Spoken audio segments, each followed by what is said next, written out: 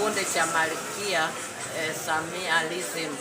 Okay, moja kwa moja tunajua tarehe 29 Oktoba ni siku ya kupiga kura.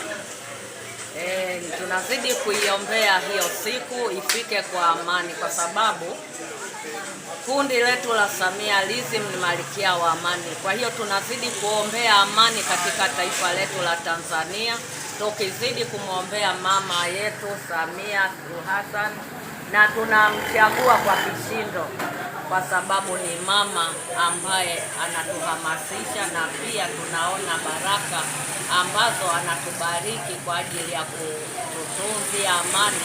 Okay, wewe kwa hapa Muheza unatokea kijiji gani? Ninatokea kijiji cha Kiwanda. Kata ipi? Kata ya Tongwe. Aha. Lakini unaweza ukasemaje kwa Mwana FA ambaye ni mbunge wenu? Na neno tu la kumshukuru Mungu kwa ajili ya mbunge wetu Mwana FA ambaye tunamtarajia kwamba tutamchagua awe mbunge katika wilaya yetu ya Muheza. Na madiwani pia, si ndio? Madiwani wa CCM. Okay. Hii ni Malkia Online TV. Kama nilivyosema bado niko Muheza, na Muheza bwana tumezindua mradi wa sabuni. Unasemaje juu ya mradi huu mliozindua wa sabuni?